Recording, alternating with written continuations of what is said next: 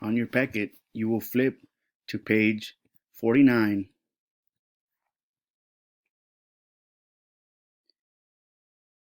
Today's lesson is A New Nation.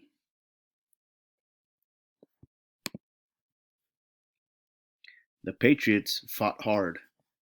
The soldiers from England were strong. France sent soldiers to help the Patriots. The Patriots won. A peace treaty was signed. The colonies became a country called the United States of America. The country needed a new kind of government. The men worked to make a new plan for a government. This plan was called the Constitution. Tell one thing about the timeline.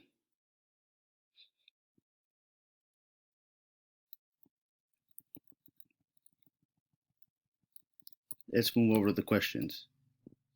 Number 1. Who fought hard for a new nation? A. The Patriots or B. The Loyalists?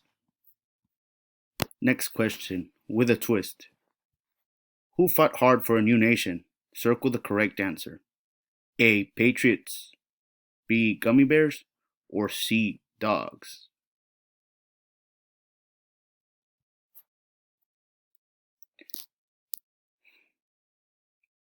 Upon completion, please take a snapshot,